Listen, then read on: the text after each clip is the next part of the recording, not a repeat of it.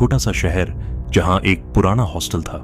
इस हॉस्टल की खास बात थी कि वहां का कमरा नंबर 13 हमेशा बंद रहता था। कोई भी उस कमरे के पास जाने की हिम्मत नहीं करता।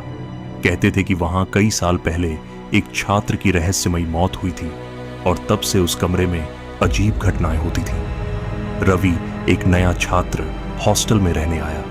वह साहसी था और इन कहानियों को सिर्फ अफवाह मानता था। एक रात दोस्तों की बातों को चुनौती देते हुए उसने फैसला किया कि वह कमरे नंबर 13 में जाएगा और सच्चाई का पता लगाएगा।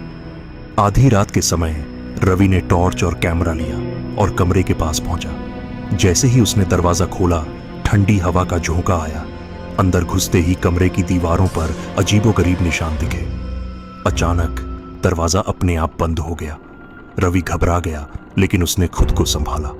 तभी कमरे में एक पुरानी किताब पड़ी मिली जिसमें छात्र की डायरी के पन्ने थे। डायरी में लिखा था कि उसे हॉस्टल के प्रिंसिपल ने किसी राज को उजागर करने पर जान से मारने की धमकी दी थी। जैसे ही रवि यह पढ़ रहा था, कमरे में एक परछाई प्रकट हुई। वह वही छात्र था जिसकी आत्मा अभी भी न्याय की तलाश में भटक रही थी। वह रवि से मदद मांग रहा था। अचानक जोर से चीख सुनाई दी और रवि को लगा जैसे सब कुछ धुंधला हो रहा है। सुबह रवि को कमरे के बाहर बेहोश पाया गया। जब उसने दोस्तों को पूरी कहानी सुनाई और डायरी दिखाने की कोशिश की तो वह डायरी गायब थी। आज भी रवि सोचता है, क्या वह सपना था या हॉस्टल का कोई गहरा राज? अगर कहानी अच्छी लगी हो तो वीडियो को लाइक करें और चैनल को सब्सक्राइब करें